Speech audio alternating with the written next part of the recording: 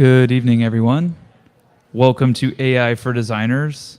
How's everyone doing? Great. Okay. There was a lot of, I guess, traffic might be the right word because of that APEC conference. But yeah, very pleased you guys made it. And also thank you to our special guests tonight, Joe Biden and Xi Jinping. Actually, they couldn't make it. And actually, they tried to reserve a spot, but we're full. So sorry. LinkedIn audience, thank you very much for being here.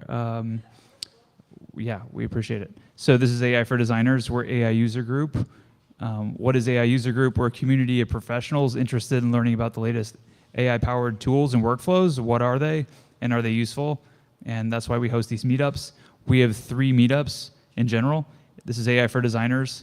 On November 29th, we'll do AI for Developers, and December 6th, we'll do AI for Marketers. So we do this approximately every week is what we do. What else? We're hosting an annual conference 5 blocks from here, January 29th through 31st. We'll have all 3 audiences over 3 days, Marketer Day, Designer Day, and Developer Day. So check it out. It's at the Hibernia, 1 Jones Street. It's an amazing 4-story building. It's stunning. Workshops and main stage presentations. These are the dates. And this is the QR code if you'd like to take a look at the conference webpage. And the pricing, check the webpage. And more news on that coming soon. What else? Social media challenge on pricing. If you want to get a free ticket to the conference, take a picture of the event tonight and say you were here and post it on LinkedIn. And you can win a free ticket. We've already have some winners for this and have yet to distribute the tickets, but we have at least 2. Which is neat. So take a picture and take a picture of me if you want. Just say you were here, and by noon tomorrow, if the post with the most engagement, we'll give you we'll decide which post that is, and we'll get you a free ticket to the conference. So check that out. That's on LinkedIn. Also, we're on TikTok. So if you're on TikTok, good luck to you. And also take a picture of this and follow us on TikTok. We also have Instagram. So TikTok and Instagram. Okay, and don't be shy. That's my email right there. So if you want to present here at any time, reach out to me or any other questions or feedback. Let me know. Would love to hear from you. What else? What else? Upcoming events after Thanksgiving, November 29th, AI for Developers right here. We have AI for Marketers on December 6th. We're going to have AI for Designers once again on December 13th, and we have the speakers posted on the meetup page. So check that out. If you're interested, we'd love to see you. What else? I'm also looking for speakers all the time. So if anyone would like to present as a community member, we have AI tool creators, like our first 2 speakers. We also have community members, so just users. So if you ever want to just come up here and show us a workflow with several new tools, get in touch with me. Here's some example topics that I think would be really interesting. If they appeal to you, just get in touch with me and let's talk about it and make it happen. Okay, what else? Agenda for today. First, we're going to hear from Shaheel and Rishi. Then we'll hear from Kirill. And then we'll hear from Tommy. And we'll do an open mic announcement for 5 minutes here at 8 o'clock to kick off networking. This is by request, so you can make an announcement right here. And then we'll have pizza and get to know each other. And the doors close at approximately 8:50. Okay, without further delay, let's have our first presenters. We have Shaheel and Rishi. The title of their presentation is The Easiest Way to Create High-Quality Renders of Your SVG 3D Model. They're both co-founders of a company called Glyf, and this is going to be a really exciting presentation. Without further delay, here we go. Awesome. Thanks so much, Jackson and team, for having us. This is a great event, great community, so really excited to be up here presenting. We're Glyf, a no-code way to create really high-quality renders of your SVGs and 3D models. And just a little bit of background on us. My name's Shaheel. Previously worked on strategy for 3D software at Meta, but studied like finance and neuroscience growing up and in college, and was really interested always in the intersection of design, art, technology. My mom both of our moms are actually design professors at local universities in the Midwest, and then both of our dads worked in STEM. So we both grew up in like those types of dual households where we're focused on science and technology and how that relates to design and art and traditional design aesthetic. Yeah, hey everyone, thanks again for having us. I'm Rishi, I'm the other co-founder of Glyph. Before this, was working at TikTok, where I worked on the effects platform. So we made effects for avatars, we made effects for visual effects and makeup, and if any of you use Effect House, that's what I worked on mainly. Before that, I also studied engineering, and I was focused mainly on trying to discover how I can mix engineering and art and make creative tools. So I'm excited that Shaheel and I get to present one of our new creative tools to you guys. And so if you were here about 5-7 minutes ago, you saw Jackson actually changing the title slide of what we were presenting. And that's because we originally, when we signed up for this a couple months ago, we're going to present on our 3D motion and brand design tool, where both of us had a lot of experience working with After Effects and Blender and found it to be a real hassle to use. Not only for just like creating simple animations, but we had this vision where across platform, across devices, mobile, computer, VR, headset, AR glasses, these types of interactions would be easy to make and easy to transfer. So that was the first tool that we set out to build. And it was basically taking your SVGs from Figma, Canva, and Illustrator and allowing you to create either 3D text out of them or really fun, simple animations. Very similar to a tool like Space-Type Generator, if you've ever used that, or like a lot of the capabilities that After Effects had. And we learned a lot from this process, but found that we were in this weird middle ground where either users wanted a lot more precision and more capability, or this was like almost a little bit too daunting to even start with. So given that lesson that we learned, that it's really important for people to be taking their brand and visual identity from Figma, Canva, and Illustrator, how can we expand on that capability and give designers like a new superpower? Yeah, and based off of that, we started thinking about what we wanted to build next. And I think one of the big problem statements we were looking at and kind of thinking about what's been happening with technology and what patterns we noticed with creators, especially in After Effects, Blender, and other kind of very high quality software, we kind of found this middle ground where we really liked how this high quality software, such as Blender, made it really easy for you to be super precise, add art direction, have really high quality outputs. But I think the historically hard things there were that it sometimes required you to be like on a special device. The render times were really long. It was time consuming to iterate in those pieces of software. And then there's also a steep learning curve. And then some of the great things we were seeing with these generative image models like Dall-E and Midjourney was that they were really fast, they were quick to stylize your work, and they were super easy to use, right? You were just able to put a prompt in and come out with an output. But I think some of the pain points that I discovered there personally and some other artists did was that it was kind of difficult to art direct what you wanted out of these models. It's kind of difficult to get it to do what you want it to do. And then it was hard to control the quality. Like if you were doing typography work, or if you're doing brand work, sometimes you'll see that like it was not matching the edges of your design, or it was hard to put an image in and kind of get what you wanted out of it. So we wanted to really think about like how do we take the best of these two workflows, allow you to add precision and allow you to add high quality art direction and composition to your design, but then also like very quickly generate new styles, very quickly iterate on your design, and do that all in kind of a fast and easy place. So that led to what we built next. So this is the first time we're showing it off. We built this in the last 2 weeks, and it kind of fits that ethos of trying to bring art direction and precision and combining it with generative AI so that you can create images and you can create content that's more reflective of your thought process and your imagination. So on the left here, I have a SVG that I uploaded, which is just something I exported from Figma. And with kind of the controls in Glyph, I was able to render the image on the right and kind of able to control the color palette and have the crisp typography come out in this result as well. So let's just dive straight into what we've made, and we'll show you guys how the software works and where we're aiming to head with it. And you all are free to try this out. Just go to glyf.space as well. Doesn't really work that well on the phone because you can't, tough to deal with SVGs on your phone, but on your desktop works like a charm. Yeah, so this is our site, glyf.space, like Shaheel just mentioned. So when you get to the site, you'll see that we have a canvas right in the center. And right now it's showing a render that was created with glyf. So we have two different options when you're rendering a glyf. You can add an SVG, so you can add like a vector file, or you can add a 3D model that you have, like a GLB file, which is just a variation on the GLTF file. So if I clear the canvas, you can see the native view of glyf. And this is just like a simple 3D model that I added to the scene.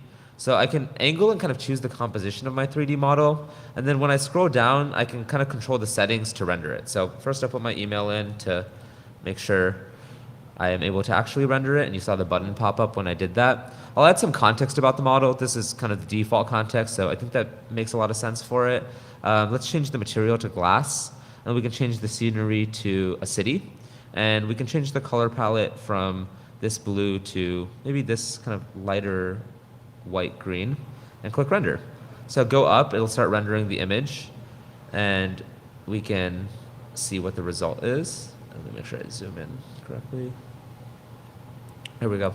And I think the ethos we really want to capture here is like, how can you take composition, how can you take your own work, your own model, and combine that with some notes in art direction to produce something that's really high quality.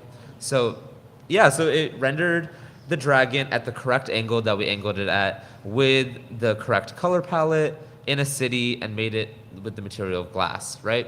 So with this, you're able to download the model directly, the image directly, or you're able to kind of exit and try a different variation if that's what you prefer. So I'm gonna exit this one, and I'm gonna show you guys like how we would work with a different asset. So I'm gonna upload my own asset. So I have a collection of SVGs over here. I think like SVGs, we all are kind of designers here, so we're probably working with vector files a lot. So let's take a look at how that works. Over here, I have like the glyph logo. It's just some really basic text, and it uploads, and you can see that it naturally extrudes the model into 3D, and you can choose the angle and the composition. So for the one I did before, it was kind of like some neon lights on a wall. So I want my camera angle to be looking at it this way. So I'll go down and now provide some context on the model. It's just some 3D typography. So I'll just put 3D text. And let's say it's made of neon lights. And actually, we could try something different too. We can put custom in, and you can put your own custom material Does in. anyone want to shout out a material that they like? Rubber. Okay. Rubber. Okay. Let's try rubber. And then rubber in a city seems kind of odd. So we can also try a different. Let's put it in a photo studio to get kind of that crisp lighting. And then at glyph, we like to use kind of this light blue you can see on our page. So let's make it this light blue color, and we'll click render. And this is kind of like a really great way to play around with thinking about how you can take typography in generative AI and kind of combine these workflows so that we're able to represent new ways to represent information and to share renders and designs. We're really interested to see like what comes out of what you're able to do in terms of combining. Oh, it added some extra words on the bottom as well. But yeah, we're kind of trying to understand like, how do we better interact with these generative AI models rather than just like blindly typing in a prompt and keep kind of changing the prompt from there and doing some image to image work. Like, how do we give the model some information about what we're actually creating and what we're designing, and allow it to kind of match that output? So we could do another one that represents like more of a symbol, if that's like more geometry based, if you want to show that. Yeah, totally. And it helps also to kind of refresh the page. Thanks. Yeah, so one of the things that I love doing is just kind of going to websites and logos and seeing how we can make them more interesting. I had like a lot of like marketing experience kind of where we had our flat 2D assets, and I was always looking for ways to make it 3D, make it pop in some way. And that was like really tough for me. I either had to use like a game engine, or I had to use something like Blender to do that. But now let's say that this is like my logo. It automatically like extrudes it in 3D, which is from our previous plugin. This is like DirectTech that we took from that. So I'll just type in my email. Glyph.space. This is an atom, like, and my favorite material personally is glass, and I've always liked it in the sky. And then, what's someone's favorite color out there? Red. Okay, great. So yeah, we'll do like this kind of pinkish red. and we'll see what happens. But one of the great parts about this is a high degree of customization, as well as we're basically like locking the stylization for you. So if you have multiple assets that you want in the same style, multiple different types of logos, maybe one with text, one that's just a vector, it's all gonna pop out in this exact same style for brand consistency across the board. And then another thing about this is because you're just downloading as an image, you're able to kind of take this and bring this into your own apps. So this is a logo of a clothing brand that one of my friends runs. And our prompt here to take this into the second picture is basically we want it with fire around it in the style of Catching Fire, the second book in the Hunger Games series. And so this was the logo, but he wanted a little bit more extrusion and a little bit more of that fire effect to it. So he was able to drop that middle picture into Adobe Generative Fill, and that was able to extrapolate the flames in a way that created this like more holistic picture of a logo. So it's also a new starting point for the existing workflows that you have with all of your same brand and visual identity. Yeah, and I'd love to show you guys like some of the things that as we were building the product over the last 2 weeks, we were testing out in rendering, because I think it shows kind of the capabilities of where it is. And you know, as even this week, we started adding some new features. So I'd also love to show you guys like what we're thinking about doing next. So here are some renders that we started with. So on the left here, I had a poster from Figma, and I had the material be like gold obsidian in a photo studio, and it rendered that. It's kind of like random, but it's just like interesting to think about like how you play around with color and poster design.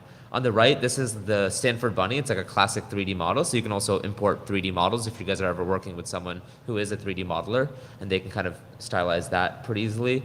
We tried something with the Airbnb logo, and I asked it to make it a rose, and it turned the Airbnb logo from an SVG into a rose, which is just thought was quite abstract and pretty interesting. The same dragon on the right, when I added a purple color palette and some fire, this is what came out. I played a lot around with this like really simple vector design. And what I found was interesting was that like when I put verbs in like statue or sculpture, it like made it physically feasible. So you could see it like made a little bottom stand. So it's also a good way to kind of play around with if you have an idea for what you want to create that's like maybe very physical and you're able to draw a vector really simply in Figma or something, then like this is a great way to like combine those two skill sets and come out with something that allows you to kind of explore with generative AI in a way you hadn't before. This one was fun because I like went a bit more abstract with the shape. So this one was a red flower garland in the sky. This one I wanted to make something a bit more volumetric, so it was some clouds. Played a bit more with volumes over here, and it made this like smoky red effect in this shape. And I think we're still kind of discovering like how we're finding that balance in art direction, verbiage, and like the results. So like some of the typography stuff doesn't actually produce the smoke yet, but like some of the shapes that could actually be made of smoke produce these shapes. So we're trying to also discover like how do we build and develop prompts that are easy for people to use. As you saw, it was more of like a Mad Lib where you fill in the blank that can then kind of evoke what you want to actually create and like what your imagination is. I started having a lot of fun making cherry blossom branches into different shapes, which I just thought was really gorgeous.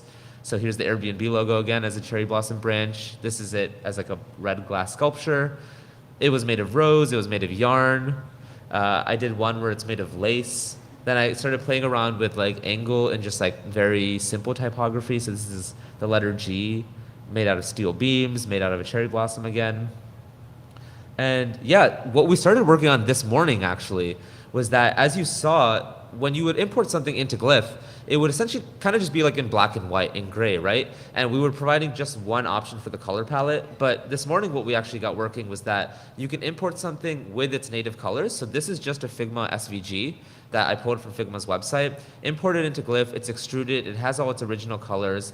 I set the background color to be gray, and then when I selected the glass material, it was able to identify kind of the colors already in the scene and render that exactly as it is. So we're gonna be launching this hopefully by the weekend, if not early next week, and you'll be able to not only pull in your file, but pull it in with all its original colors and textures as well, so that you're able to have essentially like full control over what colors are in the scene and really use generative AI to promote quality and to maybe promote a bit of your imagination on what constructs this 3D model and this 3D render. I think like the natural next step for us is to really discover how is this going to be the most easy way for you to bring your imagination directly to the screen, and also like how are we going to help you kind of do image generation and eventually video generation in an entirely new way. Yeah, and so that's our presentation for today. Would love for you to email and connect with us on LinkedIn. We'll get back to you right away. I guess please come up to us after this talk is done. Would love to meet each and every one of you. But I guess our ask for you is, go ahead, scan that QR code, go to glyf.space. Would love for you to try the tool out with some of your assets, your SVGs, and see how you like it. What could be better, what could be different? Because every single day we're just trying to improve. And then any fun art or design communities that you're a part of that you maybe want to show this off in, we're happy to kind of help out with that as well. So happy to open it up to Q&A. Okay. Thanks so much, guys. Would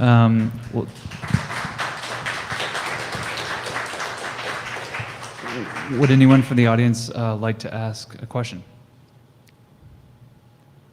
Like to open it up for Q&A? Don't be shy. And could I ask, could you just please stand so we can see you on the live stream as well?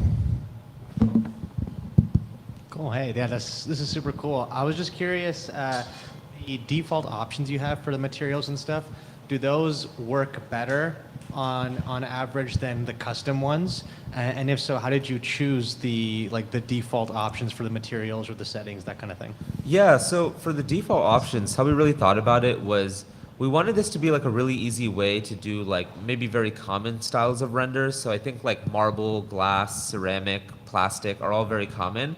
But then we wanted to put some stuff as well that would inspire people to, I guess that's the most I can zoom, that would inspire people to also like come up with ideas that are a bit more abstract. It's really just a starting point. I actually have the most fun doing the custom options, and I think that like you can get really abstract with the custom options too. So it really just depends if you want something more traditional or not. And these are really just meant to be sources of inspiration of like, hey, if I can do marble, then maybe I can do obsidian, right? Like maybe I can do some other different form of rock and try something different. So yeah, the tool is meant to be whatever you want it to imagine. So ideally we try to fit it around that. Hi, I'm Zach. I wanted to ask if you're already seeing out there some techniques to actually turn this not just from an image to actually a 3D model or, a vector that you can easily edit.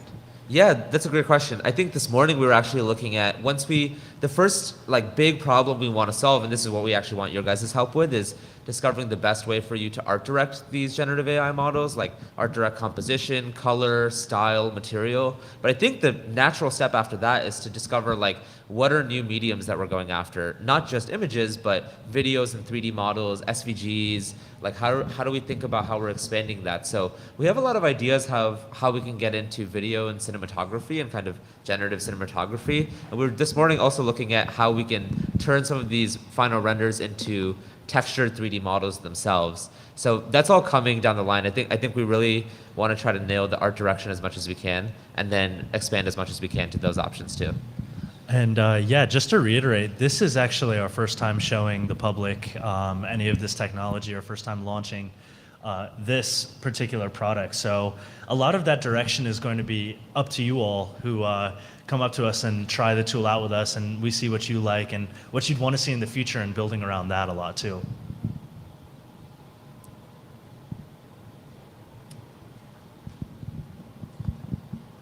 Thanks. Wondering if you use any pre-trained model in the backend, or? Yeah, I mean, there are a lot of these common image models out there. We're basically trying to figure out what the best combination is right now to achieve the goals that we have. So things are actually changing. Like I said, we only started building this 2 weeks ago. Things are changing pretty frequently, but yeah, it combines kind of the 3D canvas with these generative AI image models. We got a question from the live stream. This is from Isabel Christopher. And the question is, how does the site store the file information? So maybe, can you tell us a little bit more about the export process once you find something you like?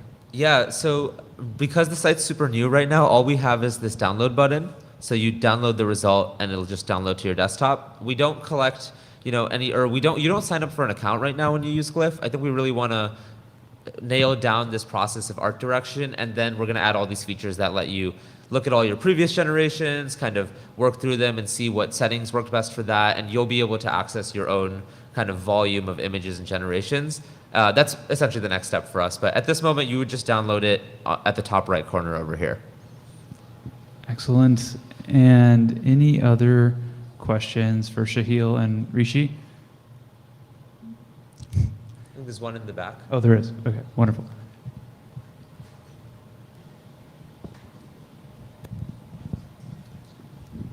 Sorry, my dog. Was wondering if you guys are also thinking about allowing users to work with their own pre-trained models? Like you can plug in a model that you've trained on Dream Booth or something? Yeah, that would be interesting. I haven't actually thought too hard about that. I think that if a lot of users wanted this as a space to combine a 3D canvas with their own model, that would be something we could definitely support down the line. Yeah, that's an interesting thought. I hadn't thought about that. General question for you guys. A lot going on right now in the space. Any other tools of any kind, not necessarily design, but anything else you're excited about? Have you experimented with any of OpenAI's latest features that they announced, for example, GPTs, et cetera? Yeah, I think I'm really excited for GPT Vision. I think it'll be really interesting, especially in the design space, because like one of the big problems we've seen in terms of like building bots or building GPTs that help you design in software is that it just is able to look at things like in a very semantic breakdown, right? Like it has a list of the positions of where your rectangle is and what color hex it is, and kind of like all this like very computer-based information. And for the first time now, like we'll be able to pair GPT Vision with GPT controls or these diffusion models in a way where it can actually watch you design and like pick up on your creative flow and really just help you in that capacity. Like it can see what you're designing. So I think that will be really interesting, where it's not just like making a plugin for you, or it's not just doing like something that it's like automating, but it's actually your like partner in designing.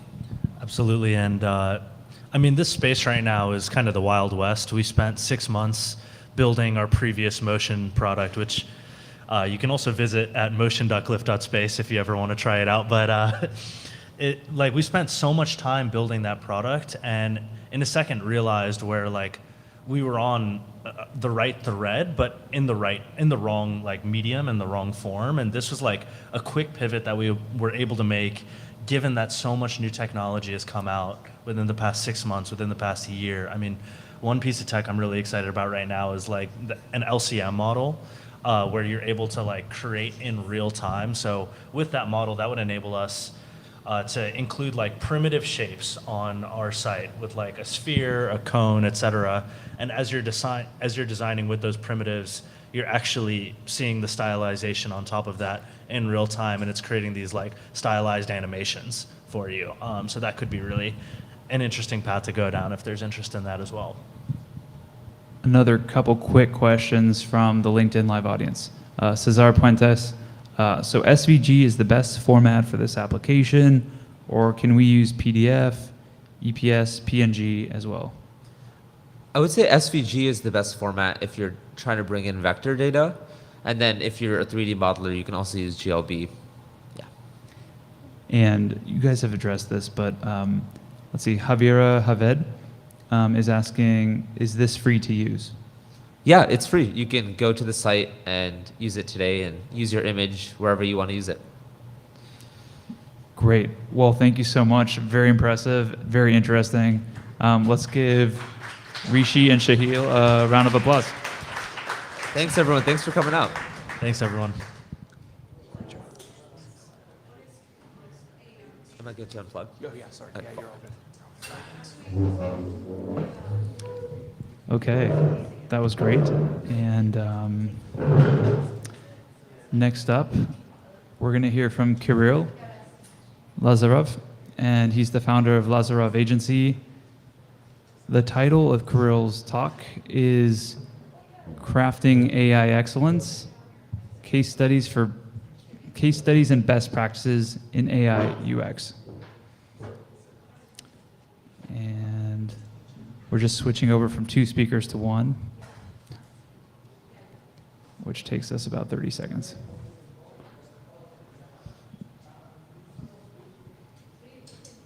Okay. Without further delay, let's hear from Kirill.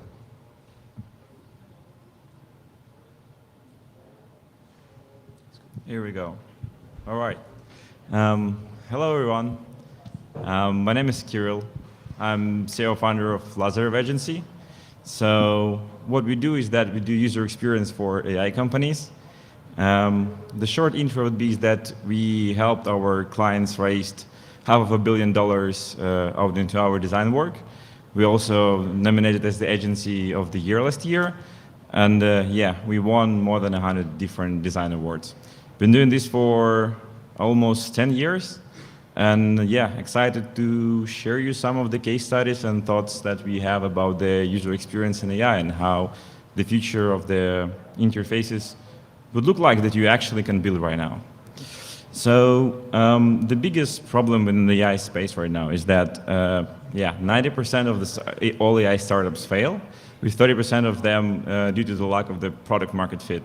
And as the user experience designers, we believe that that's one of the biggest problems out there, and it's one of the actually easiest things to fix. Lots of the companies, were building the wrappers of the ChatGPT, and in one day they all dead. What they should have been built in the right way is if they would do the proper user resource, they wouldn't be that stressed about all the open AI openings. Even within the agency, we built like 6 different AI startups, and 3 of them were essentially will never be able to go to public because of that. Because the VCs and the market push you to go to the live and the demo stage as soon as you can. But the reality is that 1 month spent into the proper user research can save you months in a development, and essentially can help you to go to achieve your goals instead of just wasting the time, which lots of people think what the user experience is all about. Another thing that I want to put it out there is that in this space, even in the ChatGPT, which got 100 million users a week right now, there is very low traction in the daily usage of AI products.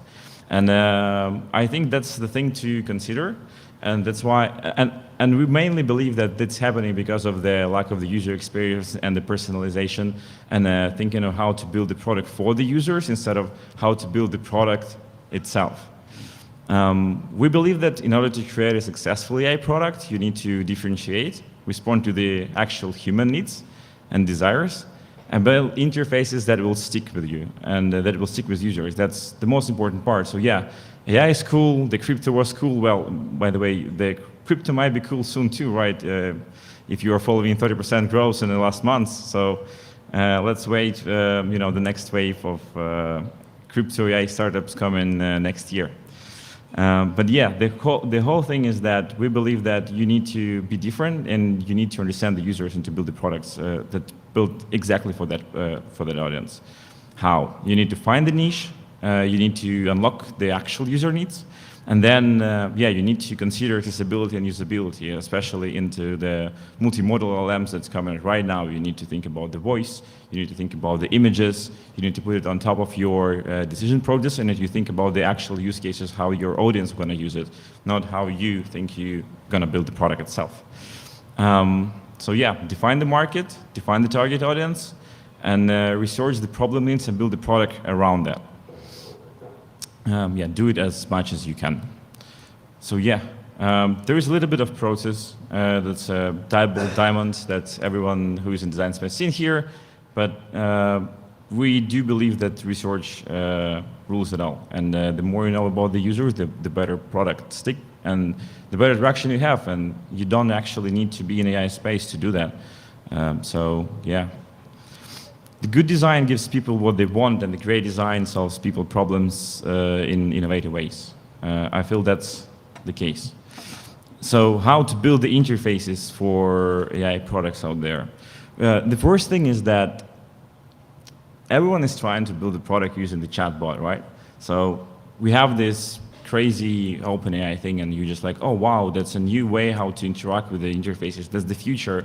But the reality is that there is a big problem out there. There is a new word that appeared, right? The new term, the prompt engineering. But in order to be the prompt engineering, you need to be the engineer. You know, there is two parts, the prompt and the engineer.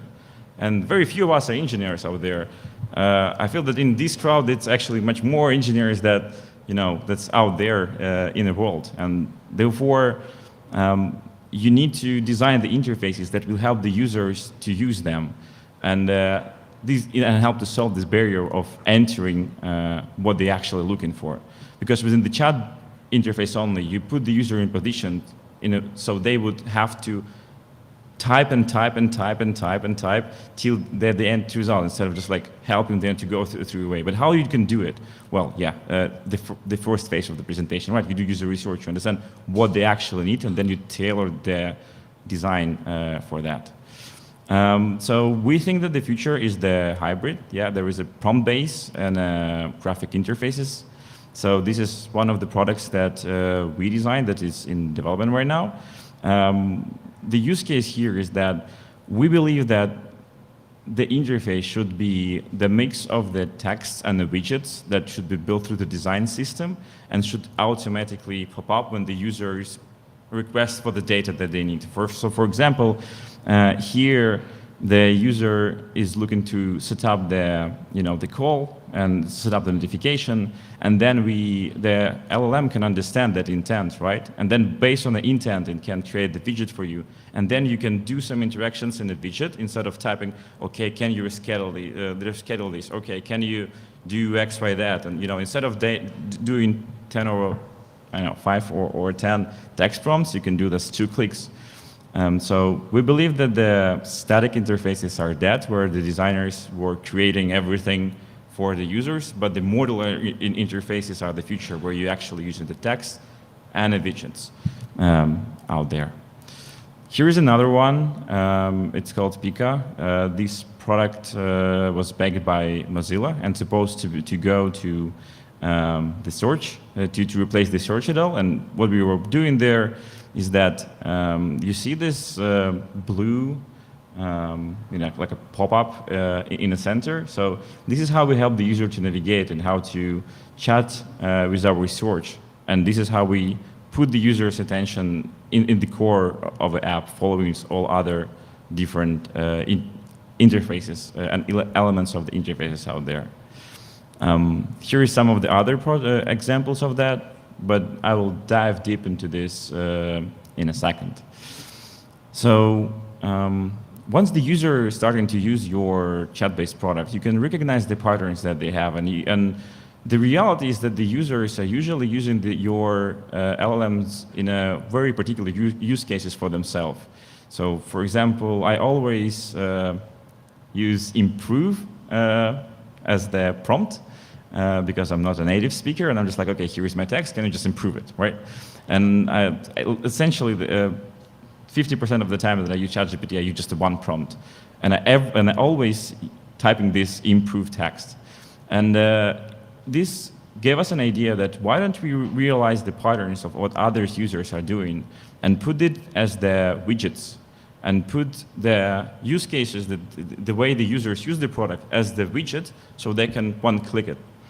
So instead of typing the summarize, act test, find similar, improve, compare, wherever you save, you can analyze that and you can put it as the button in your chat interface. And it will save hours and hours of users' time. So yeah, the more you understand the users, you can go even further and you can do it automatically or semi-automatically. If I'm using improve every single time, I can adapt the model to automatically apply it for every prompt that I do. And how cool would that be? Instead of just clicking it, it could be done automatically, and I can just disable it in my settings. So the LLM can essentially analyze the patterns and create the settings personalized for every single users that they are out there. And this is how you create hyper-personalized product, and the users will stick to it and will never go to any of your competitors. In order to do that, you need to build a modular UI, and yeah, you need to think about the proper design system. So yeah, in the design space, everyone's saying the design system is the key for years, but right now I think that's even more important, because there is endless amount of the use cases out there, and that's the beauty and the scariness of the LLMs. And because there is endless amount of the use cases, the designers should only think in a way of that is building design systems and the components, that then once you realize the patterns, you can build the widgets on top of it pretty much right ahead. And it's very easy to track, because you can track all the requests in your AI product, right? So once you see that some of the case is popping up, you just build the widget on top of the design system, but you need to think in advance about the scalability and actual use cases for it. Here is some other, sorry, let me zoom it out. So if you would, for example, you could pull the data from the Reddit and on Twitter and Facebook and Instagram and wherever and put it in a one nice chat, and it could be as the widget right here on your homepage. Or you can collect the data about the videos and a post, and you can structure them in a nicely created UI for the user. There are some other examples how I built it for the search, but the core thing here is that the more flexible you are and the more consistent the design system is, the easier for you to scale. Yeah, not gonna stick here for years, but essentially you can pull once we know that there is a person information, there is a different type of the data sets and attributes that collected to the person, and this is how we can add these tabs pretty much endlessly. The good design is the little design as possible. So you need to think about the functions, and based on the functions, you add the functionalities, not vice versa. And the design system, that's a key for it. There's another product that we designed, but essentially once the design system is set up, you just go for it. All right. Another thing that we thought is cool is that once you connect your LLM and your product to through the APIs to a different bunch of the products. So essentially, this is what what we've been doing before the OpenAI did it. So right now, I feel kind of embarrassed that I'm telling it out loud. But the idea is that the more integrations you have in your product, the more your product would be useful for the user, therefore they will have more usage of it, right? As simple as that. And when you're building it, you need to think in advance, and you need to think what kind of APIs we can connect to, and what kind of widgets we can pull within the context that we have. And yeah, getting back to that prompt engineering part, right? I think that this would be the next feature of OpenAI. But before they did it, I think that the Copilot to help users write prompts is one of the coolest things out there, because you can help the user to navigate, and you can help the users to write their prompts easily, and you can tailor these to the use case of the product that you have. Yeah, communicate what your product can do, explain how it makes decisions, and always display why AI is doing certain decisions. One of the biggest threats out there from the users, was one of the research, I think done by the Salesforce, is that users are afraid where the information came from in the AI, they can trust it. And because of that, we came up with a very easy decisions. Well, you just, do your thing. You just show the callouts where you actually pull the information from. And instead of having like 10 different links that you have asked your OpenAI to create, you can just write ahead. Okay, this is where I pulled the information from, and this is how you start to build the trust to your AI product. And once you build that breach of the trust, the users would love to use it more. Another cool part is that is the hotkeys, right? For this particular product, this one is specially made for the VCs to do the market research. So if you're in the VC space, you need to go and search for the companies and competitors and analyze the market, understand who is doing what and why, and you have the analytics who are sitting out there. Yeah, you can just add these cool little hotkeys that will help you to navigate through it, and essentially reduce the amount of time that the users gonna look for certain functions in your product. Yeah, another cool thing that we recognize is that there is a different metrics, and I think this part was, the different lecture. But essentially, you can track if your product is successful or not by finding the swear words in the chat. So if the user is using extensive amount of the swear words, you might, your AI might doing something wrong. And by this small indicator, you can track whether the product is going in the right direction or wrong. But another cool thing is that, you can track response time and the quality by leading from the user behavior. How many times do they have to ask the question, and how fast do they exit conversation once they get the answer or not? It's like one of the biggest challenges out there for all the product metrics is that if the user entered the prompt 6 times, the average time spent in the product is higher, but is it actually leading the user for the success? Probably not. So our aim as the people who are building AI product is to reduce the time and to reduce the amount of the requests that they're creating. Therefore, you need to create a different metrics to measure your product success. Okay, so there's 4 ingredients for UX for AI. Research, and research again. You need to go through all the classical usability and heuristics, and also you need to build the hybrid interfaces. The hyper-personalization, the more personalized experience user would have, the cooler it would be for them, and the more they're going to use your product. And all the interfaces starting today, right now, I'm kidding, would be modular and self-built interfaces. There's a small case study that I want to walk you really quick, if you're not yet bored. So this is the product that I was showing you before. And the whole thing is that we figure out that once the researcher in the VC is doing research on some niche, on some market, they always do it in a split screen mode. So they're picking information from a different part of the web, and then they're kind of preparing it as the separate document to show to their senior level management. And once we realized that, we're just like, wow, why don't we build it as the core functionality of the product to be different and to tailor the product to the user needs. And this is the literal example of how the research can lead you to the UX that's not that common, but tailored to your audience. Another part is that if you're doing the research and if you're a researcher, you would love to track the data, and then convert it into sheets and spreadsheets. So we build this cool tool is that once you have any statistics, you can build a graph from it right ahead, and you can create tables that are convertible and exportable right ahead. Then we track the commands, and once the users ended to doing something, we suggest them with lots of different functionalities that put on top of it. So I found this information, say I'm the researcher and I found this information about this company, and I ended the conversation. And then once I track this widget to the second part, like I've shown you out here, we can ask you, okay, what do you want to do with this? You can send the summary to email, you can download the summary as the PDF.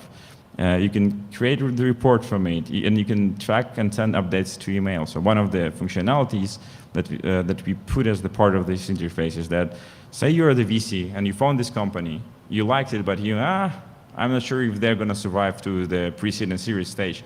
I would love to follow up with them later. But how do you track it? Well, now you can do it within the one click. You click the track, and then it follows the company updates on the LinkedIn. It sees if they hire senior level positions from the biggest companies out there. So it adds more points to the internal document. And once you set up this point system, yeah, you would be notified if they're doing good or bad. And it's all done automatically. And yeah, and as I told you, pretty much everything can be converted in a much easier way. And it helps users with a large amount of text in their research. Another cool part is that if you are the researcher, you can also upload the different data sets to this LLM. Moreover, you can set up the data sets that you want to use during your research and you don't want to use. So right now, if you think about the products, you always feed them in a data sets that you think are needed for the user. But what if the user can decide what he actually needs to pull the data from? And this is one of the things that we add there after the resource, because we found out that the different people using the product in a different way, and they need a different type of the data to rely on. And another version of this product is used by the hedge funds and the banks to do the research and predict how the price of the stocks gonna look like. So they have their own data that they want to upload. So therefore, we created the whole interface of the selecting of the data sets out there. I guess that's it. It's time for Q&A. Thank you.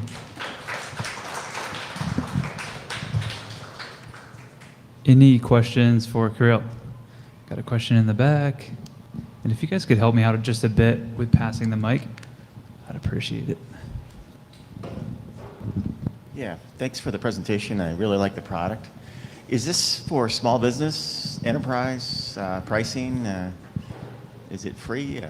Yeah, so we are a design agency, and this is how our clients work. This is the company called Acern, A-C-C-E-R-N. Yeah, they've been in the space since 2015, and we've been helping them since 2015. They're working on the AI product. This product is tailored for the VCs, but they have another one for the banks and another one for the hedge funds. And there is a different use cases how you can use it. Yeah. So I mean, if you're a hedge fund or bank or a VC, that's the product for you. Yeah. Kirill. It's paid. Yeah. I'm not sure about the pricing though. I'm sorry. Yeah. Yeah. Real quick question from me. So you're a design agency. You've mentioned that research is super important, UX research. Yep. Just generally speaking, how do you go about, as an agency, a design agency, taking care of UX research before you get started, or convincing the client to take this approach, especially like the AI field and these products being so new? Can you comment on that? Yeah, that's the greatest challenge as the agency. I mean, we show the direction of the user, of the clients who made the research, and the statistics of the clients who didn't. I mean, at the end of the day, we're an agency and we would follow the process that the client would choose. But we always say, okay, guys, here is the product that we scale from the Series Seed to the Series B. And you know why? Because we were doing research all the time.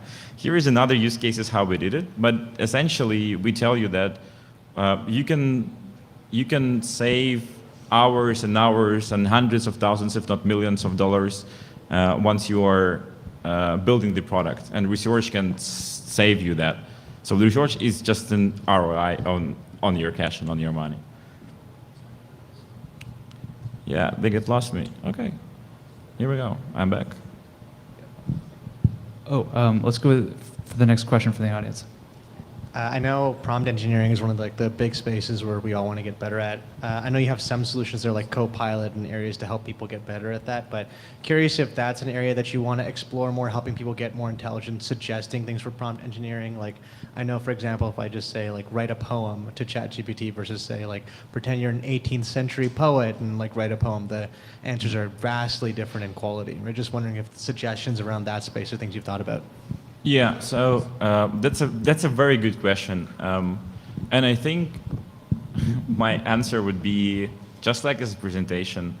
I feel that the product should be tailored to the audience that are going to be using the product, and in this particular case, we know the use cases for these guys, and we tailored their the recommendation engine by the search of the markets for the VCs. And we spend a lot of time in doing that.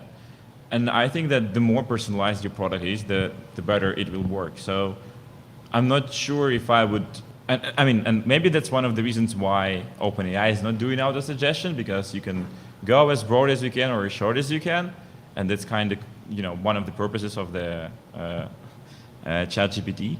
But for the most of us, we are not building the competitor of the ChatGPT. We're building the product for the very niche use case for the very particular audience that would use it in a very particular way. And the faster we find it out, the better we can build all the features and all the little things around. And I would not, unless you building the competitor of the ChatGPT, I would not go and think in that direction. I would just like, okay, how can we make the most of these users and how can we help them? Okay, guys, by the way, wait a minute. If you like the presentation, please follow me on LinkedIn. For real, I just hired the personal coach, and he tells me that I need more people to follow me. Oh, yeah, here we go. So just spend like 30 seconds of your time. Add me. I will like all your pictures. Because I need more engagement. Sorry. I'll follow you on LinkedIn. So how do you quantify the ROI of research on a project-by-project basis? Yeah. Well, we generally say that here is the cost of the building the MVP, and here is the cost of the redoing MVP, and here is the price that associated with that. Usually, that's very you can know the ballpark depending on where your team based, if it's local team or if it's the team overseas. You can predict the price of that. And on top of that, you have the budget, the marketing budget spent to go to the growth and attract the users. And you can ask the client about it right ahead. So, okay, guys, how much are you ready to spend to track it? And they would probably say, well, we need like at least 100K to validate the ideas, to test it out, and say, well, that's cool. And then you need like a 300K to 500K to build the product out. So we're talking about the, like a $500,000 worth of the MVP. And how much are you ready to spend to make sure that this MVP gonna land it to a user?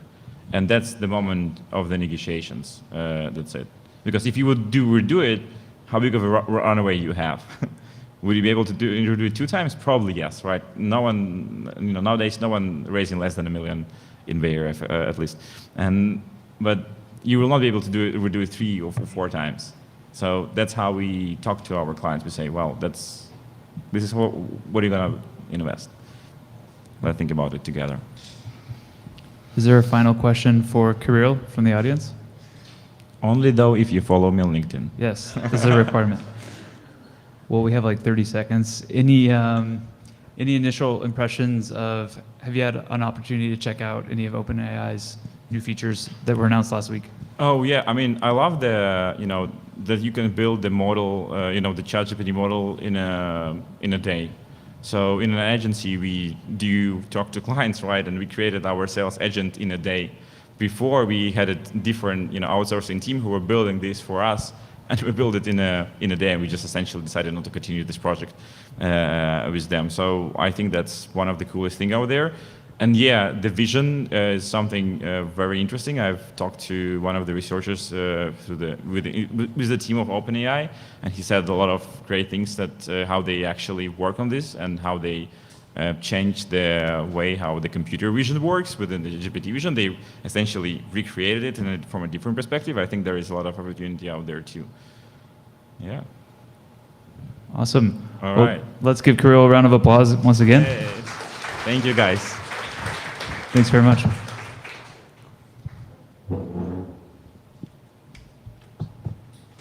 Okay. Next up, finally, we have Tommy Maples. Tommy is the founder and president of Evolve Media. The title of his talk is Exploring AI for Creative and Strategic Ad Campaigns. Very much looking forward to this. And just a quick shift here. And I plugged in my Tommy audio. is tall and he has excellent hair, if you haven't noticed already. So we just have to adjust the camera a bit. And we will All right. going. Can you guys hear me? Can you hear my chair squeaking? And we are good. All right, great. Well, thank you for sticking around and thank you for making it out. It's kind of crazy tonight out there. Yeah, I am not an AI expert. I'm a creative and I'm the founder of Evolve Media, which is a creative agency and production company. And basically, we have been looking at how we can adopt AI for both the creative side and the strategic side of our business. And as a company called Evolve Media, we think that's important. Ever since I started the company, the way we capture media has been changing, the way we edit media has been changing, and the way we distribute it has been changing. And it's been changing really fast. I mean, I went to film school, I was working in film before getting into the creative and digital world. And so we've seen this snowball. And one of the reasons I come to these events is to meet folks like you and see how we can partner and do things better, get more creative, and have more of an impact, I guess I would say. So we focus on digital, commercial, and television campaigns. We are looking to integrate AI into both the creative side and the strategic side. I think we'd like to see more of the strategic side available, looking for a lot of that. But as a legacy agency, our work ranges from just completely focused on creative to also focused on measurable performance-based content with calls to action. Most of our work is video and film centric. And as I mentioned, we are looking at adopting things to both sides of the business, creative and strategy. Tonight I'm going to walk through what we've done on the creative side. Some of it's successful and some of it's not. And we can kind of look at where that can be improved and maybe where I don't know what I'm doing and could do a better job, or how those tools might be able to be improved along the way. Let's see here. So yeah, I've worked on things from concepts to ideation to images, art, video, voiceover, music, and as I mentioned before, hopefully soon strategy, all within the AI world. So we've been experimenting. But to start off with, I'm going to just kind of play one of our traditional campaigns so that you get an idea of what we normally do. So this is a campaign that we did for Jockey underwear, Jockey skimmies. This was an Instagram only play. So it was shot vertically for Instagram, 4 30-second and 15-second spots. We developed the creative. We cast, name talent, Allison Hannigan, filmed it in LA, had basically a 2 or 3 month campaign. And this is kind of typical of some of the work that we do. This is that 15-second piece of the campaign that I'll share. Hi, I'm about to stop friction affliction from ruining someone's day. You look like you may be suffering from a bad case of friction affliction. Are you ready to be saved by Jockey skimmies? Great, you've just been saved by skimmies. Hi, All right. Hi, I'm about to stop friction affliction. Sorry. All right, so that's kind of a sample of one of our typical digital campaigns. Whoa. All right. So now I want to shift gears and jump into a commercial that we did, a spot that we did, and then I want to rework it with us as a group, and you can see what we've done with it. So this spot is a B2B play. It's a national TV spot, which is kind of rare, business to business national TV spot is kind of a tough one. It's not something that you can measure. You don't know how much business somebody got from it, and we're talking about usually something kind of boring, right? So this is one of our clients. This is CBiz. CBiz is a consulting firm that provides insurance and accounting consulting for medium-sized businesses that are growing into new markets. And so their goal is to speak to these business owners in these various markets. So the only time this plays nationally is during pro golf tours on national TV. That's their audience, right? And this is where strategy and stuff as AI develops is actually getting better, and there are some tools that we've been looking at that can improve that targeting. So here, let's see. It looks like I lost my full screen of my video. All right.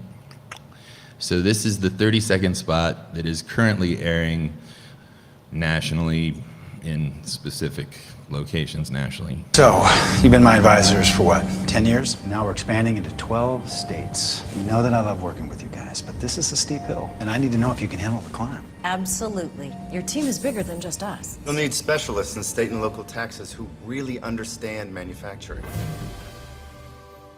And here they are.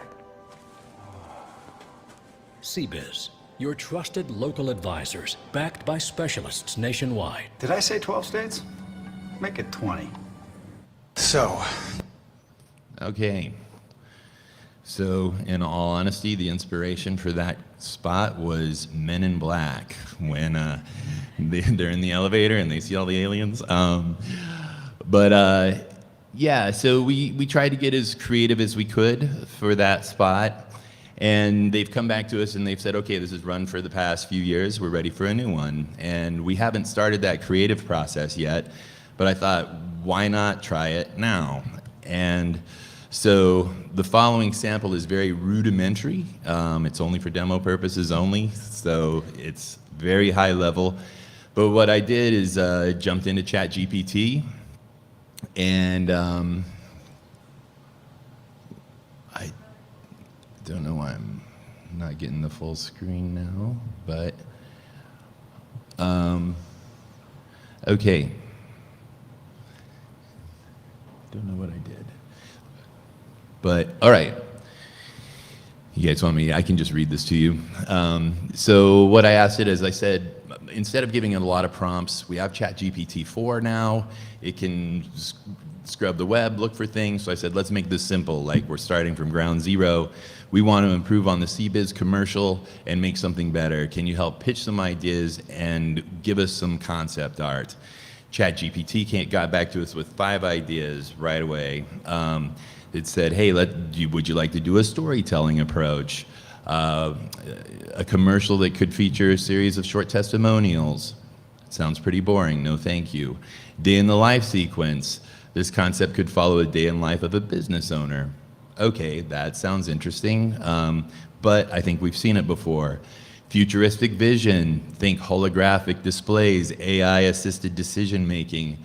That sounds cool, but this is a very traditional company. I know that it's not going to really, work for them. So comparative narrative, I like this idea, split screen, somebody that used CBiz as a business, somebody that didn't. But once again, that's a little bit overplayed. And so the last one is the one that I like the most, and this is an idea that would involve a visual journey through the history of business, showing CBiz's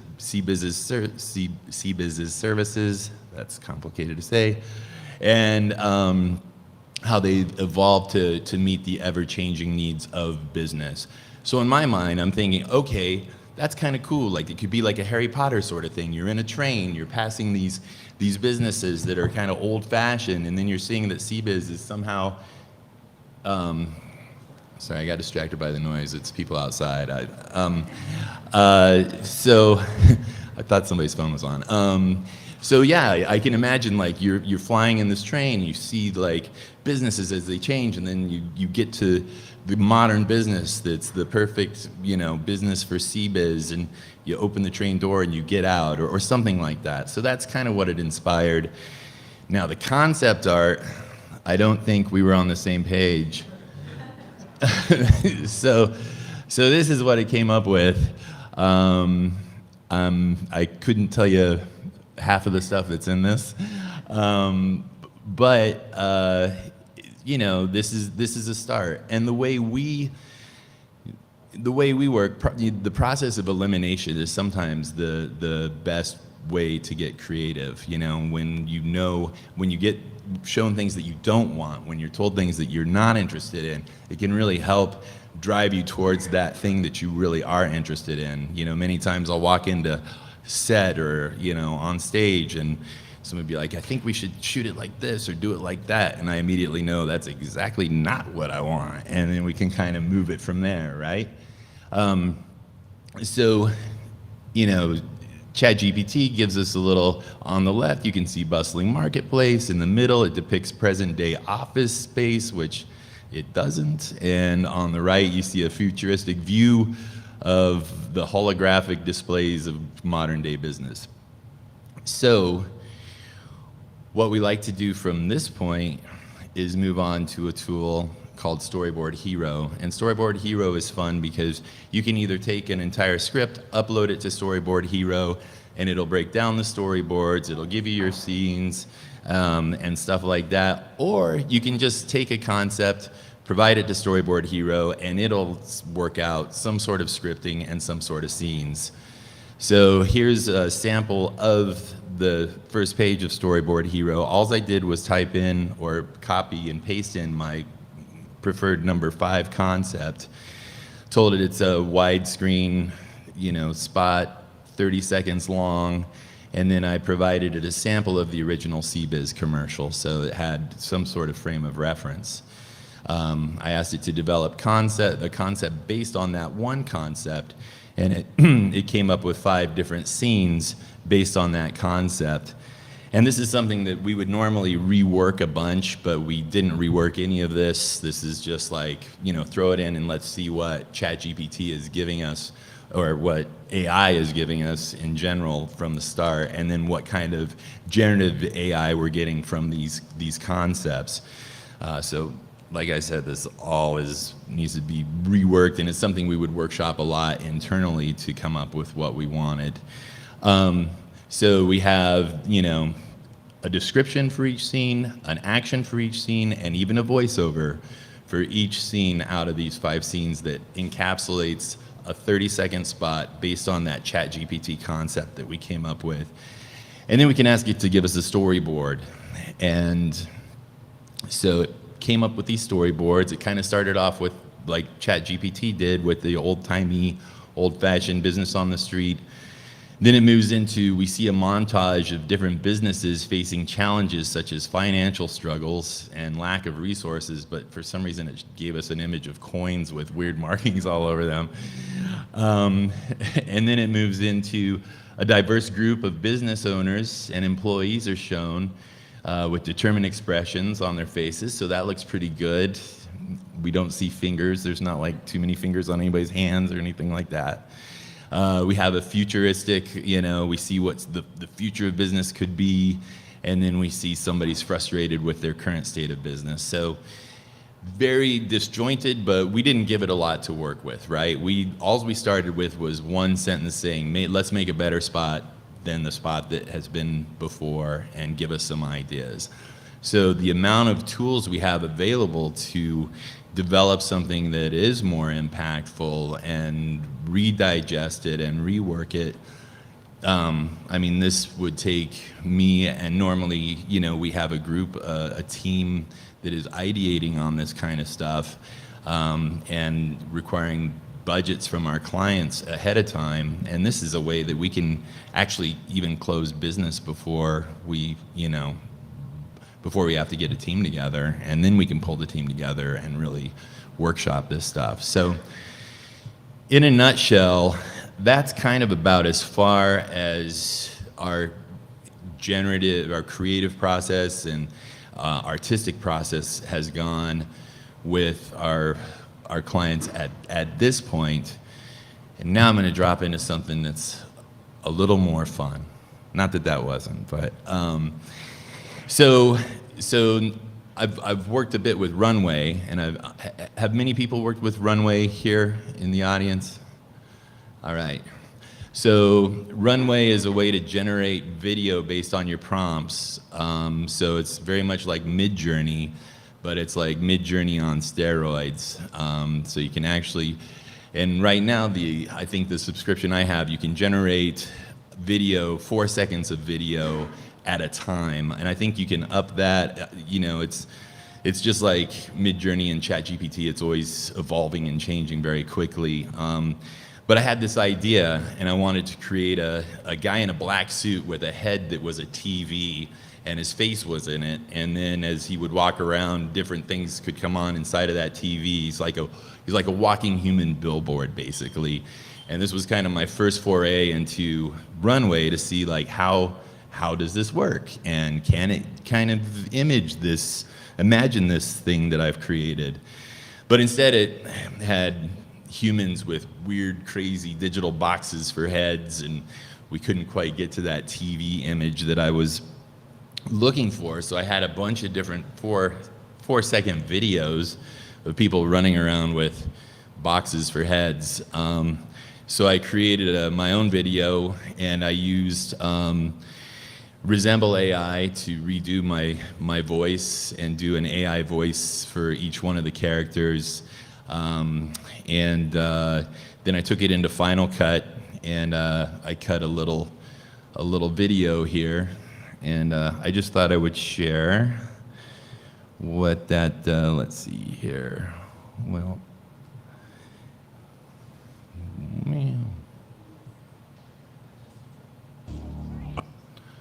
all right. So this is literally a bunch of 4-second images, videos that have been cut into one pseudo David Lynchian type of story. I'm looking for the face. No face here. Have you seen the face? No, I haven't seen the face. Have you seen the face? I can't hear or see the face. I see a face. Right there. It's the face.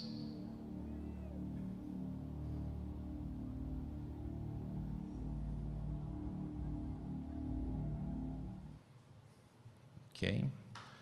Hey, thank you. So I would say kind of next steps is, would anybody like to jump into Runway and try it out real quick before I end the... Yeah, all right, we're gonna do it. So anybody, let's have some audience participation here. Does anybody have a concept of something that they'd like to see, a little 4-second piece of video? Oh, boom, it's right there.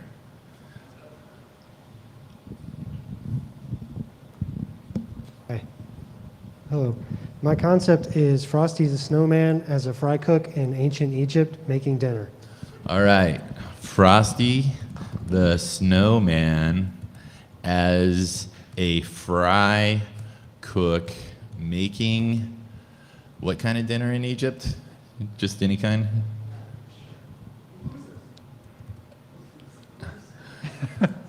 Okay, so in ancient Egypt, cooking dinner, and I heard pupusas. We'll just optional.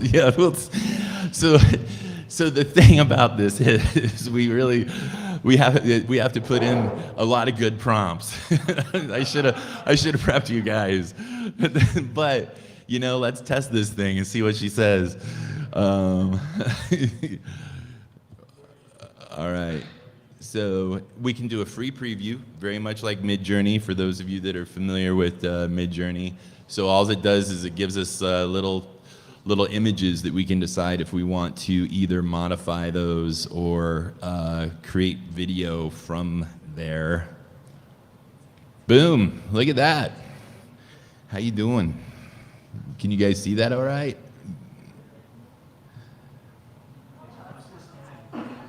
Which one do we want to? All right, let's consider this frame 1, frame 2, frame 3, frame 4.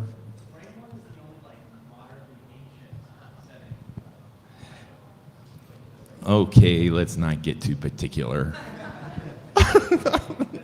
Which is the most fun? Yeah. All right. We'll just go, what? Number 1, okay? All right.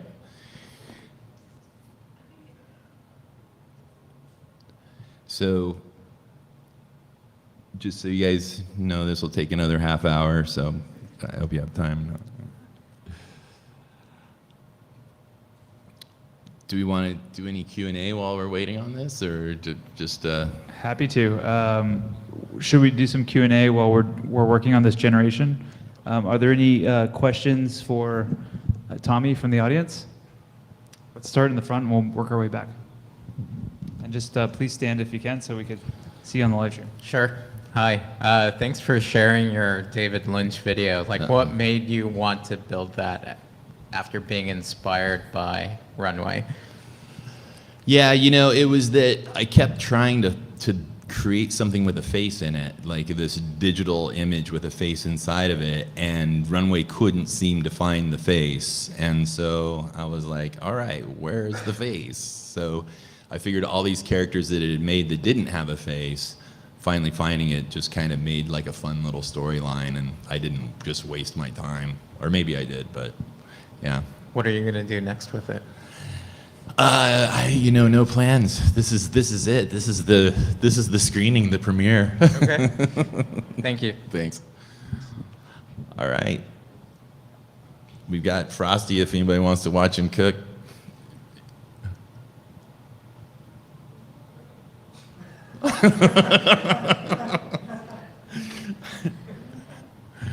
Kind of looks like he's using a brulee torch at the very end, like right there. So yeah. Yeah, please. Should we keep going with Q&A? Yeah, let's keep going with Q&A. All right, perfect. How's it going? Hey. That was interesting. With the use of Runway, did you try out utilizing like other programs to get the look first, and then using the image and description prompt as a way to make that face that you were trying to do? I tried, and it was hard to find. Like, you know, there was some like max headroom stuff out there, but I couldn't really find a good face inside of a TV, and it kept getting confused. One thing I did do, you guys know the picture that people have in their walls, usually like down in the man cave, that's like the dogs playing poker. That image. So I've uploaded that and tried to get it to like get dogs playing poker, and yeah, it comes out about like that snowman. It's pretty weird, but yeah. Yeah. So I feel like the AI video has a very distinctive look to it. Mm-hmm. I'm curious, has anybody, and have any of your clients been open to actually doing something like that as an actual commercial? Not yet, no. Good question, though. I wish. Tommy, I know these like tools are frequently changing with new features, and pricing is also changing.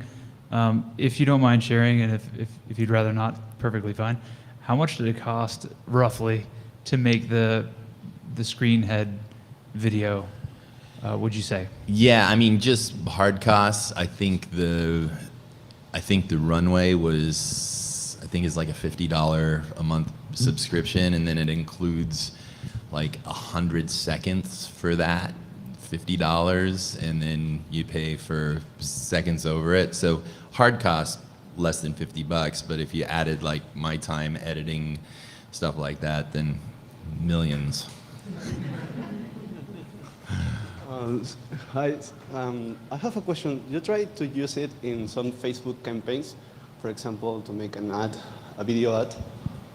This kind of ideas that you prompt in this tool? Oh, have we tried to make a Facebook ad using these type of tools? No, not yet. But are the clients open to use it? Oh yeah, absolutely, absolutely. I think I think where it works is on the ideation and the concept side, but once you get to the generative AI side, unless we're doing something really weird, which some clients are into, and we want to push those edges, and make something really creative. That would be fun, but at this point, nobody yet. The real practical application is coming up with ideas based on ideas we already have.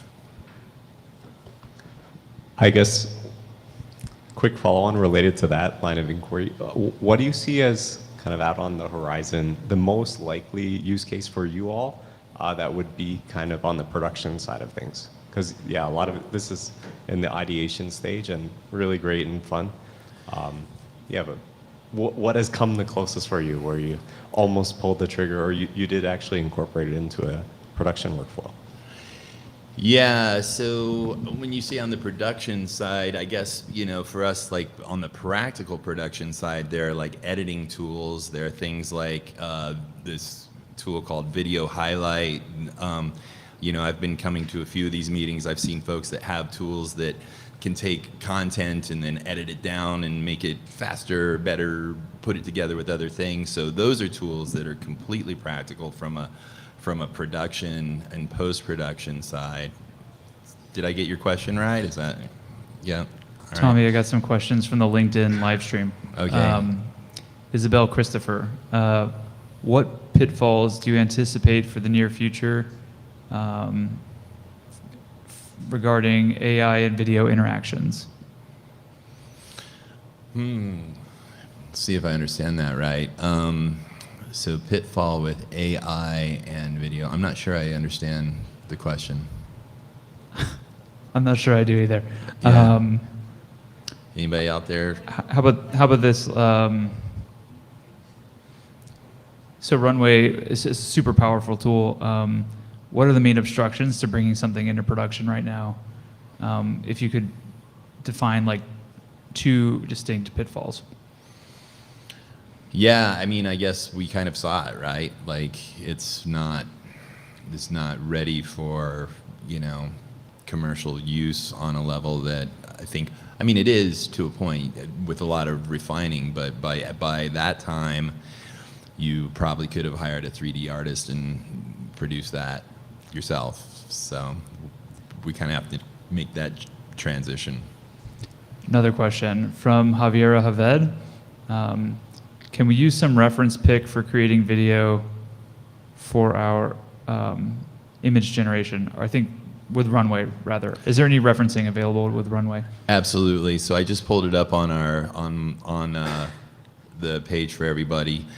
There's a bunch of options, and I meant to go over this. I got a little ahead of myself. So you can do video to video. So you can use your own video if you want to change how that video looks. You can see it looks like they use like a claymation there. You can do text or image to video, which I've used both of those.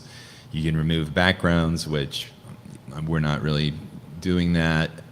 You can do text to just image, image to image, and then 3D capture. And there are tutorials all over Runway, so it's pretty easy. There's, like with most AI tools right now, there's a free sign-up account, so it's pretty easy to get familiar with and play around with, and it's pretty fun. It's probably the funnest AI tool that I know of.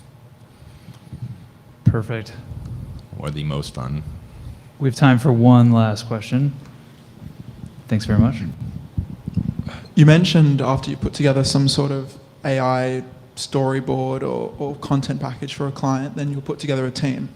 Have these tools changed the roles that you're looking for within those teams? It has, sadly. I think there's I don't think from a writing perspective, but from an art perspective, concept art, storyboards, I want to keep employing storyboard artists and artists. Sometimes that's an arduous process, depending on the client. Like you have to interview a number of storyboard artists. You need to make sure they have the type of style that you're going for so that that gets translated properly to the people that are looking at it.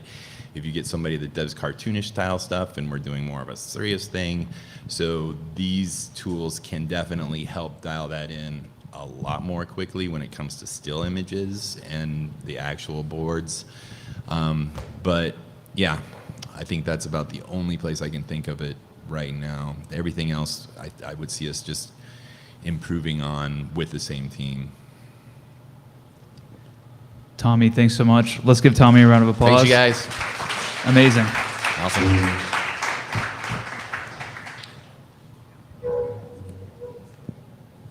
Okay, if you had a good time tonight and you want to show support, find us on Twitter or LinkedIn and follow our page. You can find more meetups on meetup.com. So we're posting content frequently there, so check it out. Next events, 2 weeks, AI for developers. Actually, that's November 29th. Designers is December 13th. And what else? We have open mic announcements coming up, which is right now. So to kick off networking, this is by request. You can come up here and make an announcement and reach the live stream audience as well. And limit it to 60 seconds. Do I have any volunteers? Come on up. And if we can, let's keep them quick and keep the momentum going. And if you stand right here. Okay, my name's Ben. Hello there.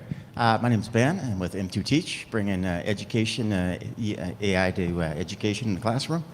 But what everyone really wants, and all their kids and all your family and friends, is to get better at prompt engineering or better at using ChatGPT. Vanderbilt is about the only couple universities I found where there's a free course, 16 hours. There's a couple different courses. It's online right now. It's through Coursera. I have the barcode here too. Can you hold this for a minute? So I'm gonna give you the barcode right now. So if you have a camera, you can take a picture.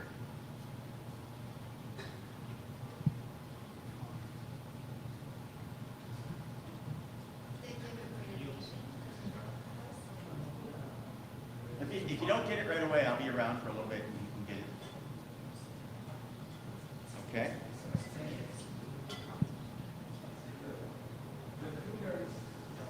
There we go.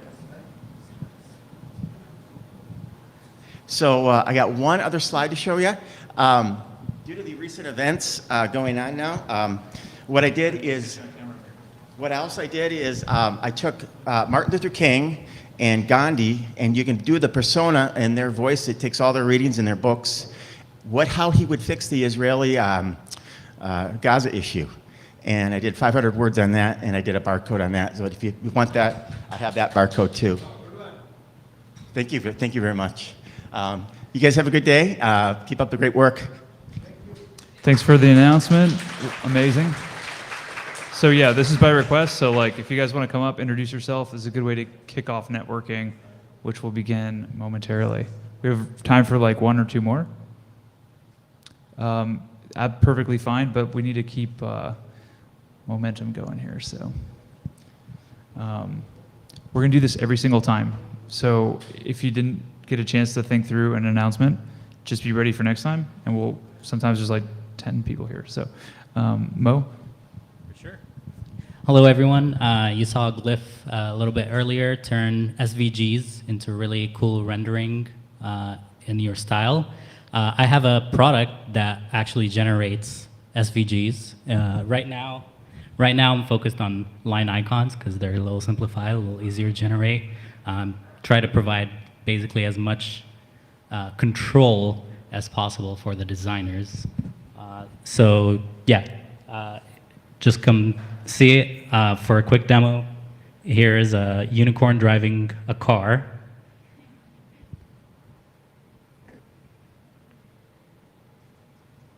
I'm very highly zoomed, but I can zoom a little further. The lines are pretty crisp. It's just a vector generation of an icon. You can go wild, that's all. Thank you, Mo. We actually have a little bit of extra time. The reason is the conference outside. We're waiting on the pizza. So if anyone else would like to come up, just going to be a couple more minutes. Yeah, come on up. It's like no announcement too important or unimportant. So yeah, you can just simply introduce yourself. So job openings, product announcements, startup ideas, and yeah, just a way to get started before we meet each other. Hello, my name's Zach. There's a really amazing open source AI tool called Deforum that I helped a little bit with in the beginning. But they just today announced like a Discord bot. You used to have to use like a Python notebook and everything, and it was kind of a mess. But now there's a motion.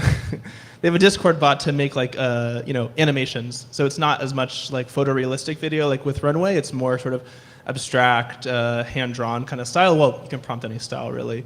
But yeah, you should go sign up because it's free and it's a really amazing team. And it's an open source thing, and we love that in AI. So yeah, Deforum, it's just called deforum.art is the website. They have all the stuff there. I don't have like a stake in it. I just think it's really cool.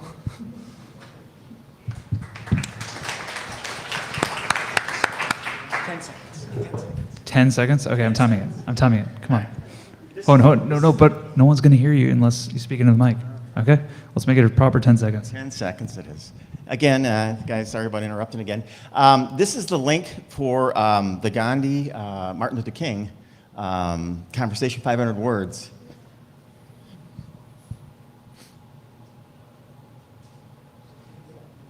We wish we could get that to Joe Biden. He's in town to pass the message,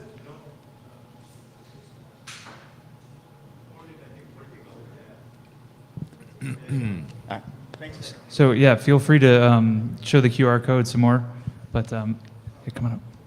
Now, let's do one more announcement, then we're going to jump back into Runway because we have about a good strong 5 minutes due to the activity outside. Hey everybody, my name is Joe, or actually my full name is Joselito Sering, but you can call me Joe. Anyways, I'm an independent filmmaker and musician and community activist here in the South of Market area. I'm currently holding an art residency over at a place called CAST, which is not too far away from here, Community Art Stabilization Trust. And they've given me a space over there as a studio to do my stuff. And I'm currently working on utilizing AI to visualize historic events or to revisualize like ancient times and things like that to use for documentary purposes. And looking for collaborators in design, in visuals, in music, and also in engineering. So if you are interested in experimenting with that or interested in learning or sharing your AI workflow, I'd love to be able to talk with you guys afterwards, and perhaps maybe we could collaborate on something worthwhile. Awesome. Thanks so much. So we still just have a few minutes, so thank you, Tommy, very much. Tommy's back, guys. Hey, guys. We're going to do a little more Runway. Sure. Yeah, sounds great. Also, I didn't quite finish my presentation. Just one thing that we're doing is we're also building a whole AI section of our website with mainly self-serve AI tools for our clients. So we've already partnered with folks like Super CMO, who we met here at these events, HeyGen, which is an avatar video generator, and then Video Highlight, which I mentioned earlier. So if you have some sort of tool that you think would fit in with a creative agency's website that our clients could benefit from, we're definitely open to having those conversations because, like I said in the beginning, the real impetus for being here is to find the tools that really help our clients. And so yeah, hit me up. And on that note, we are back to Runway. Does anybody have anything they want to create in Runway? Do we want to ideate a little bit more? Yeah, let's ideate. Any other ideas for possible generation? It's going to be hard to top the last one. Yeah, that, that was serious. Can you try to make like a story, or it has to be a specific prompt? Yeah. So I have an idea about this. This was actually a project for an insurance company from my country, Peru. So basically, we launched an insurance life product because Peruvian people don't like to buy insurance products. We don't have that culture. So basically, we try to project about a person who's giving a dog to another one, and that kind of dog represents to protect a life. So we wanted to transform that idea into a video, but we don't have the resources in that time. So I would like to, if you can help me with this tool, how to project that idea. Sure. Let's see here. Let's think of the prompt for that. So maybe like an insurance sales pitch in Peru. And maybe that's not elaborate enough, but yeah. The person is giving a dog to another one as a gift. Giving a dog. Yeah, it's a gift. As a gift. Okay. As a gift. A dog. A dog. Yeah. A dog. Yeah. I see. Yeah, you have to protect that dog.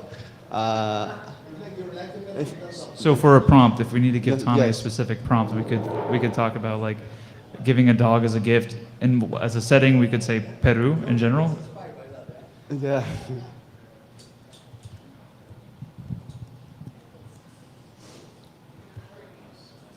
All right.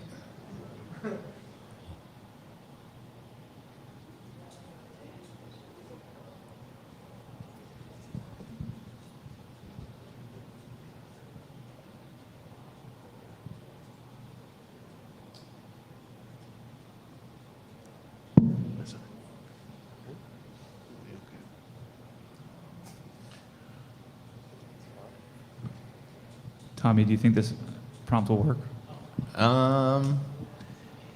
Yeah, it's I've got to be a little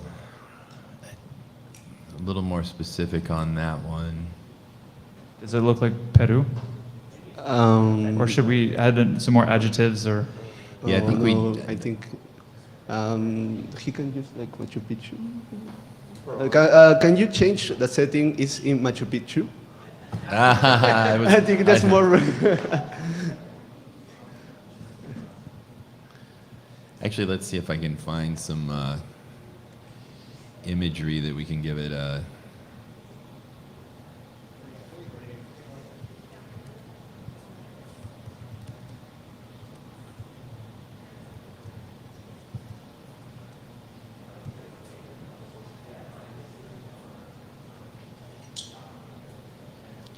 So we're looking at something like this, right? Yeah.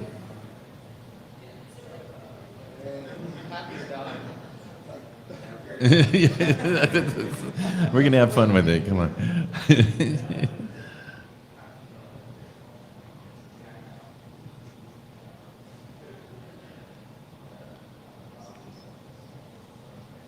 So this is how you can add an image to your description.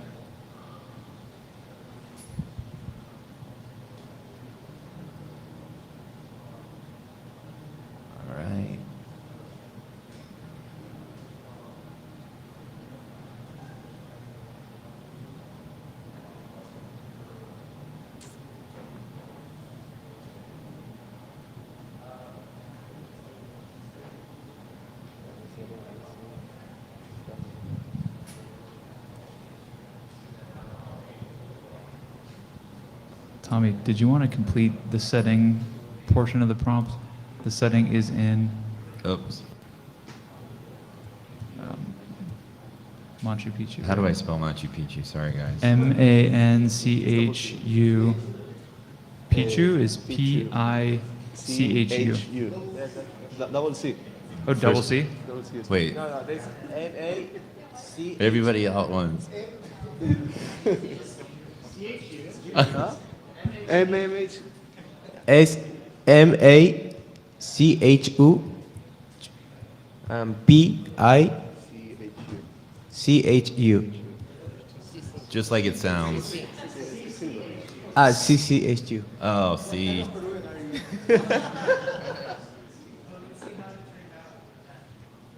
Yeah, it's okay. Yeah, I'm getting, let's see, I'm just.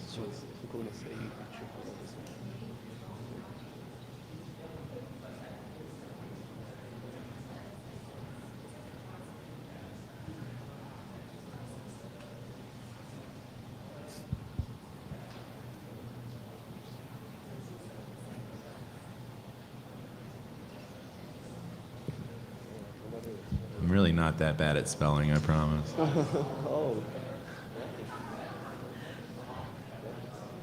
Okay, so that's getting closer.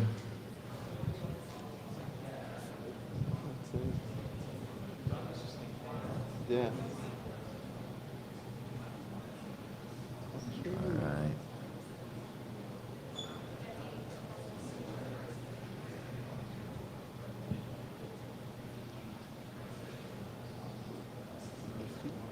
He can make a video clip with actually Machu Picchu.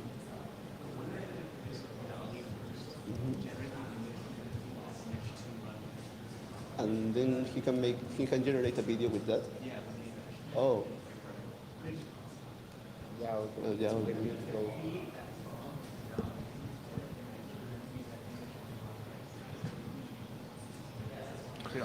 All right, so I kind of changed that up. The person is handing a dog to a person that is standing across from them because clearly it's missing kind of that imagery. The dog is a gift. The setting is in Machu Picchu. So let's see where that goes.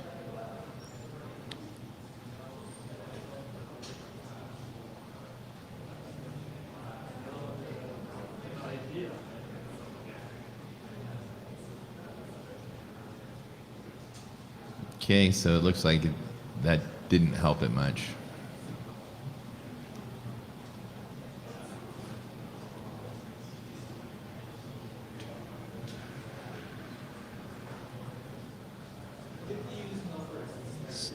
There was an interesting idea from the audience, actually. I don't know if we have time to implement it, but I think it's a fun thought to share. Okay. Yeah, I wonder if you could feed that prompt into Dall-E, get an image, and then feed that image back into Runway. Totally. And then make it more accurate that way. Absolutely. I don't have a Dall-E account though, so. Like Midjourney, Dall-E, and. Oh, got it. Yeah. But yeah, it could be an interesting workflow. Yeah. Let's see. I've got. This is my. Not. I don't have much on this laptop, as you can see. I don't have Midjourney.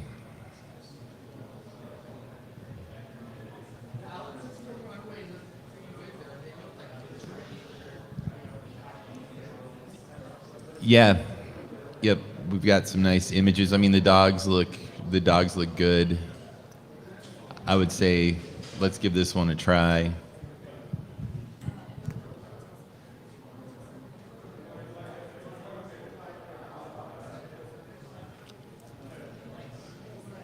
Okay.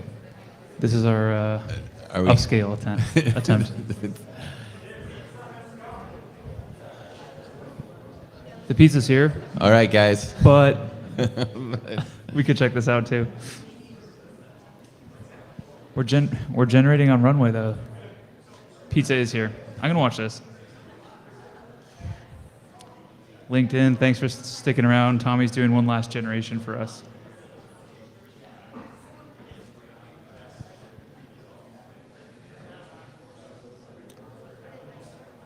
So I think this kind of is like the imagery you were going for, right? Like this hands with a dog, but we're just missing the second person in that. Yeah. But you can see how you could get there potentially from here. So yeah, here's the 4-second.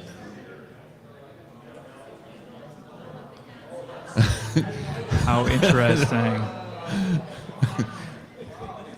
Yeah, that's what generative AI does right now, folks. It adds a lot of weirdness to it. Guys, let's give Tommy a round of applause. Thanks for again. stepping in. Right on. And let's enjoy some pizza. There's plenty. So yeah, thank you very much for attending. And if you had a good time. Thanks,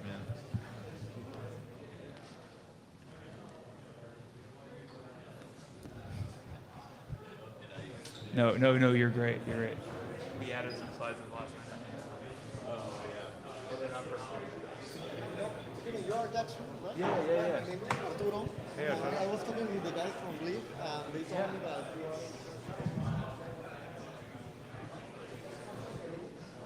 some friends, my co-founder from CryptoRank, that is like a space in X that we do this format hybrid.